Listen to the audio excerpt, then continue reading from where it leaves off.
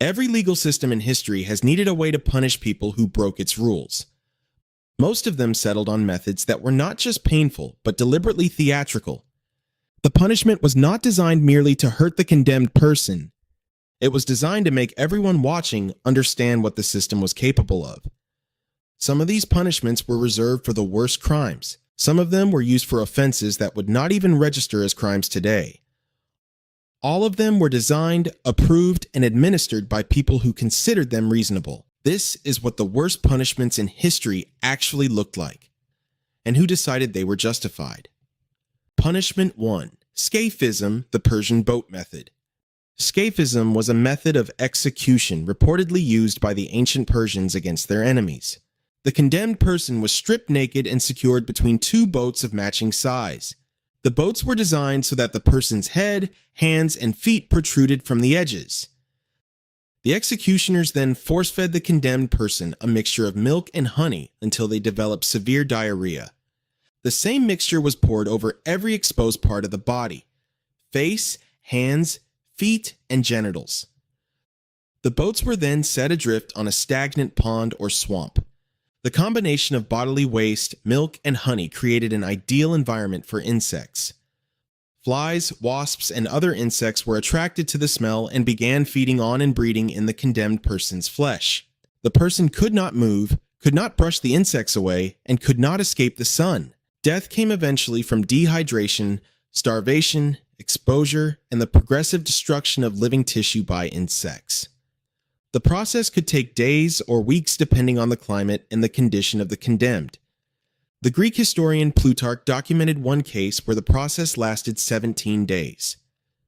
Scaphism was not designed to be quick. It was designed to be an experience. It was a demonstration of what Persian power was willing to do to those who opposed it. Punishment 2. Blood eagle, Norse ritual execution. The blood eagle is one of the most debated and disturbing punishments in historical record. References to it appear in Old Norse sagas as a ritual execution reserved for enemies of particular significance. The procedure involved restraining the condemned face down and making a series of cuts along the back. The ribs were then separated from the spine using a blade or the executioner's hands. The lungs were pulled outward through the openings in the back to create the appearance of wings. Some accounts indicate that salt was poured into the wounds during the process. The condemned person was expected to endure this without crying out. Silence was considered honorable. Historians debate whether the blood eagle was ever actually performed or whether it exists only in saga literature. The sagas describe specific historical figures receiving this punishment, including King Ella of Northumbria. If the accounts are accurate, it was carried out as an act of vengeance, rather than as a standard legal punishment. The intended message was not simply death, but the complete domination of the enemy, even in the moment of dying. Whether literal or symbolic, the blood eagle represented the extreme boundary of what Norse culture considered possible. Punishment 3. The Roman penalty of the sack, poena culae. Roman law contained a punishment specifically reserved for the crime of killing a close family member. Parricide, Obermachstats, the murder of a parent or near relative, was considered a crime against the natural order itself. A simple execution was deemed entirely insufficient for an offense of this moral severity. Roman law therefore mandated the culus, the sack. The convicted person was first severely beaten with rods dyed in blood-red color. They were then placed alive inside a heavy leather sack. Into the same sack went 4 living animals: a dog, a rooster, a viper, and a monkey. Each animal was selected deliberately to represent a specific moral failing associated with the crime. The dog represented unclean behavior and a lack of respect for family bonds. The rooster was believed to be so aggressive it would fight its own parents. The viper was a symbol of treachery, believed by Romans to tear its way out of its mother's womb to be born. The monkey was seen as a grotesque and corrupted imitation of humanity. Once sealed inside, the sack was thrown into the nearest river or the sea. The condemned drowned in complete darkness while the panicking animals bit and scratched in desperation. Roman law ensured the body would never touch earth, never see sunlight, and never receive burial rites. The punishment extended beyond death into the afterlife by denying the condemned spiritual completeness. This punishment remained on the books of Roman law for centuries because Rome considered it the only proportional response. Punishment 4. Lynching, death by 1,000 cuts in Imperial China. Lynching was a method of capital punishment used in Imperial China from at least the 10th century until 1905. It was reserved for the most serious crimes: treason, killing a parent, or murdering a master. The procedure involved making a large number of cuts to the body of the condemned person over an extended period. The objective was to inflict the maximum possible suffering while keeping the person alive as long as possible. A skilled executioner could prolong the process for hours by carefully avoiding immediately fatal cuts. Different historical accounts describe different numbers of cuts. Some say dozens, some say hundreds. The number 1,000 in the name was symbolic rather than literal, indicating an extreme or uncountable quantity. The execution was performed in public and drew large audiences who came specifically to watch. Officials were present to ensure the procedure followed the prescribed method appropriate to the crime. The condemned person's flesh was removed in pieces and sometimes displayed around the crowd. The final cut ended the process once the sentence had been adequately carried out. What makes lynching particularly significant is the deliberateness of its design. It was not improvised cruelty, it was a codified legal procedure with official guidelines.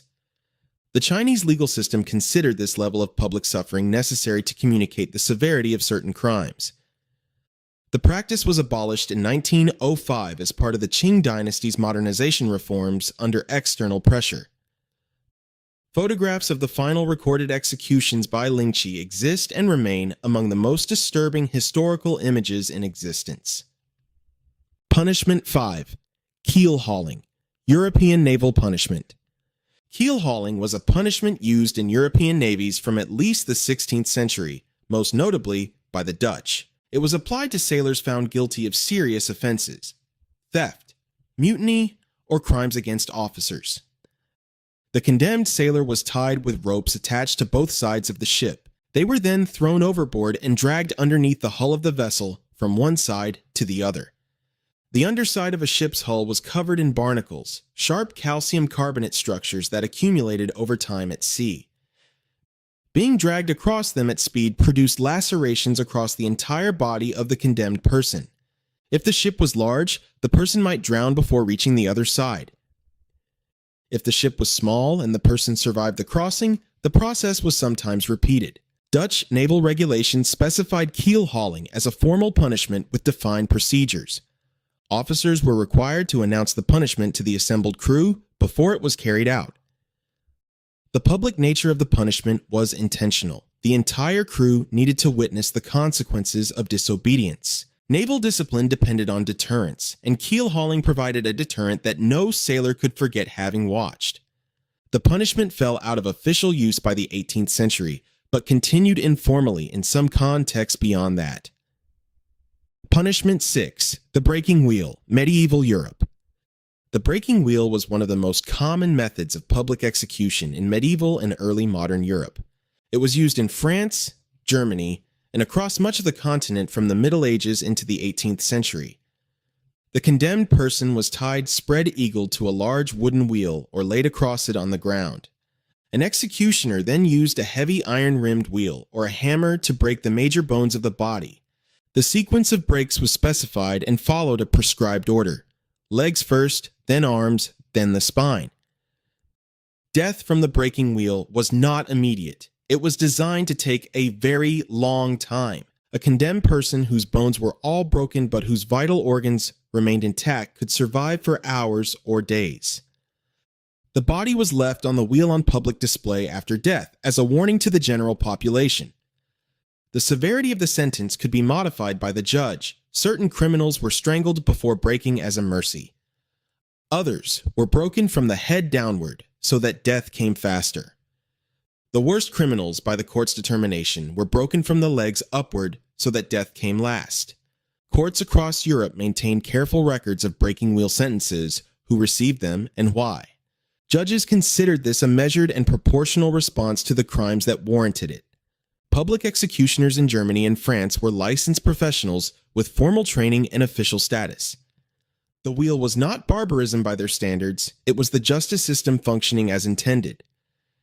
Every punishment described here was legal at the time it was carried out. Every one of them was administered by officials acting within the authority granted to them by their society. The people who designed these punishments believed they were serving justice. The people who carried them out were doing their jobs. The people who watched them were attending what their culture considered appropriate public events. This is the part of history that makes punishment difficult to think about clearly. It is easy to look at these methods and conclude that the people who used them were monsters. The more uncomfortable conclusion is that they were ordinary people operating inside systems that normalized what they were doing. Every generation believes that its own legal system has finally arrived at something reasonable and proportionate. Every generation is wrong about at least some of it. The question worth sitting with is not what they got wrong. The question is what we are currently getting wrong that future generations will find equally difficult to explain.